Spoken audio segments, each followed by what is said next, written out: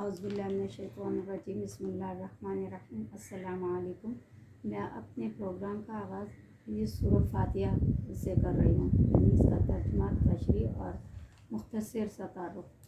सूरह फातिहा दरअसल सूरह फातिहा कुरान पाक की सबसे पहली सूरत है। नुज़ूल के हिसाब से ये वो पहली सूरत है जो पूरी नाजिल हुई और जिसकी अहादीस में बड़ी फजीलत आई है। फातिहा के मानी आगाज़ और इब्तिदा के हैं, इसीलिए इस सूरत को सूरत फातिहा यानी फातिहुल किताब कहा जाता है।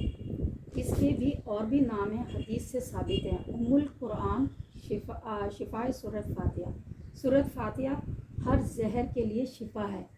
अब मैं सूरत फातिहा शुरू करती हूँ। बिस्मिल्लाहिर्रहमानिर्रहीम। अल्हम्दुलिल्लाहि रब्बिल आलमीन। अल्हम्दुलिल्लाह, जब हम कुछ भी काम करते हैं या अल्लाह ताला का हम्द व सना बयान करना चाहते हैं तो अल्हम्दुलिल्लाह कहते हैं। तो अल्हम्दुलिल्लाह रब्बिल आलमीन, सब तारीफ़ अल्लाह के लिए है। अर्रहमानिर्रहीम, जो तमाम जहानों का पालने वाला और पैदा करने वाला है, उसमें ज़मीन आसमान सब शामिल है। मालिकी यौमिद्दीन, जो रोज़े जज़ा का मालिक है।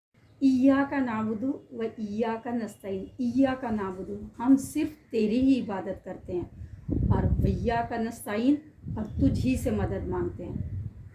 इहदिनस सिरातल मुस्तकीम, इहदिनस सिरातल, हमें सीधा रास्ता दिखा इन लोगों का जिन पर तूने इनाम किया।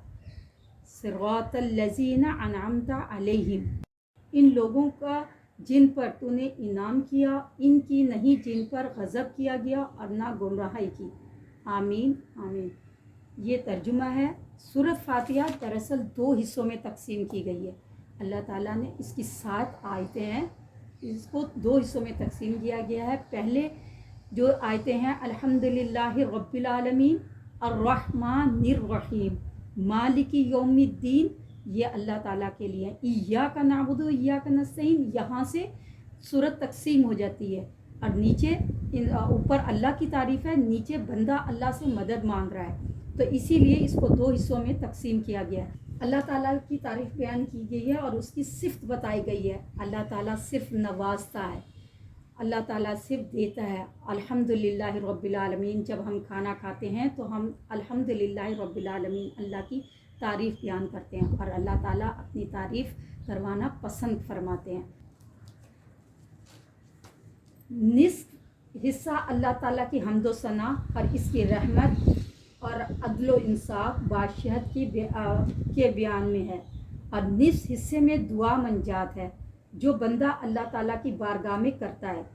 इस हदीस में सूरह फातिहा को नमाज से ताबीर किया गया है, जिससे ये साफ मालूम होता है कि नमाज में इसका पढ़ना बहुत ज़रूरी है।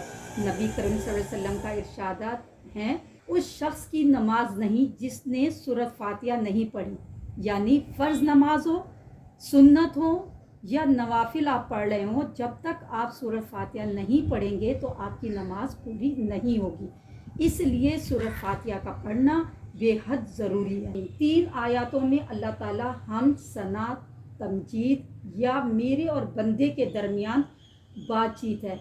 ये वो वादा है, ये अल्लाह ताला कहता है, ये वो वादा है जो बंदा मेरे से दुआ मांगता है और मैं उसकी दुआ को पूरा करता हूँ। यानी जो दूसरा हिस्सा है, अल्लाह ताला से हम मांग रहे होते हैं, दुआ मांग रहे होते हैं कि अल्लाह ताला हमें वो हिदायत का रास्ता, हमें जो सिरात मुस्तकीम है, हिदायत का वो रास्ता हमें दिखला जो तूने उन लोगों को दिखलाया जो सिरात मुस्तकीम पे थे।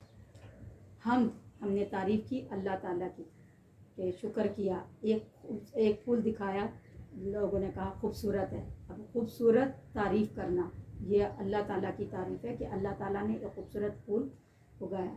भूख लगी एक इंसान को, हमने भूखे को खाना खिलाया, उसने शुक्र अदा किया।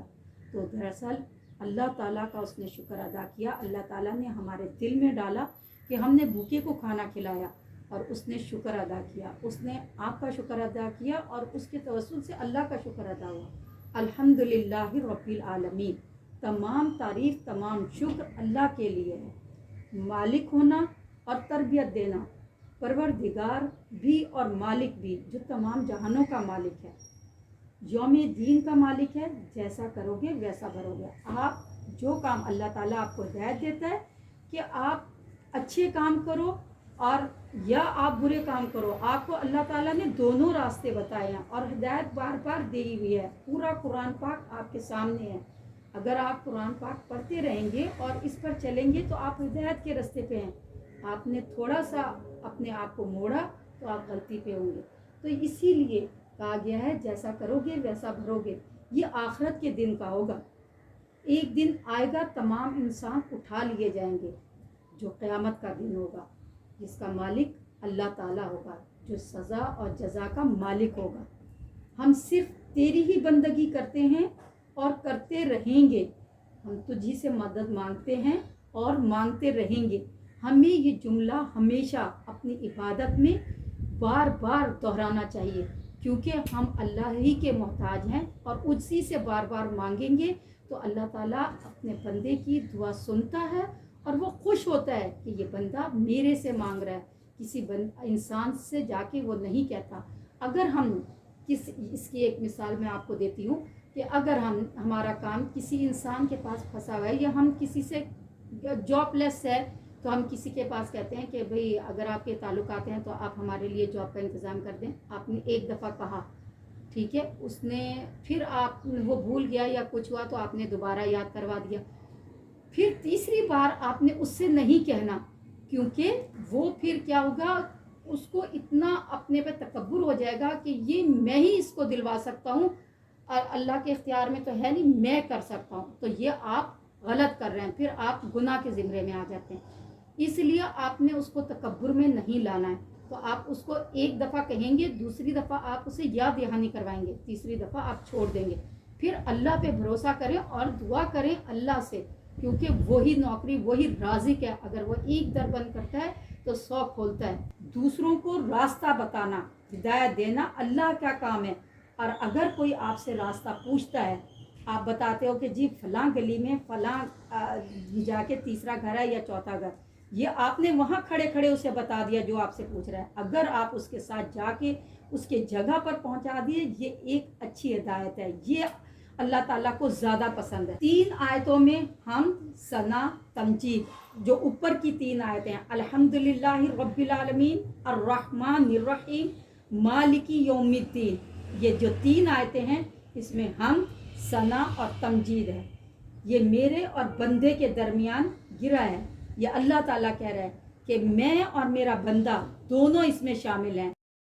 اس کا اختتام میں یہیں پہ کرتی ہوں، کیونکہ سورۃ فاتحہ کا ترجمہ اگر ہم اس کی تفسیر میں جائیں تو کہا گیا ہے، حدیث سے بھی ثابت ہے کہ اس کی اتنی تشریح ہے کہ 60 اونٹ پہ لادی جائے تو وہ بھی کم رہ جائیں گے، سورۃ فاتحہ کی تشریح ہے صرف۔ تو میں تو گناہ گار ہوں، اور اس چیز سے میں نے صرف اس لیے یہ آسان الفاظ چنے کہ جو پڑھا لکھا ہے، جو نہیں پڑھا ہے، بالکل بھی نہیں پڑھا ہے، اس کی سمجھ میں کوئی بات نہیں آتی، تو شاید میری اس کوشش سے وہ اس بات کو سمجھ جائے اور وہ نیکی کی طرف چل پڑے اور وہ سورۃ فاتحہ کو اچھی طرح سے سمجھ لے تو بہتر ہوگا۔ اسی کے ساتھ میں آپ سے اجازت چاہتی ہوں، اور اگلی صورت میری ہوگی وہ ہے سورۃ اخلاص، اس کو میں اچھی طرح سے آپ کو تفصیل کے ساتھ پھر بتاؤں گی۔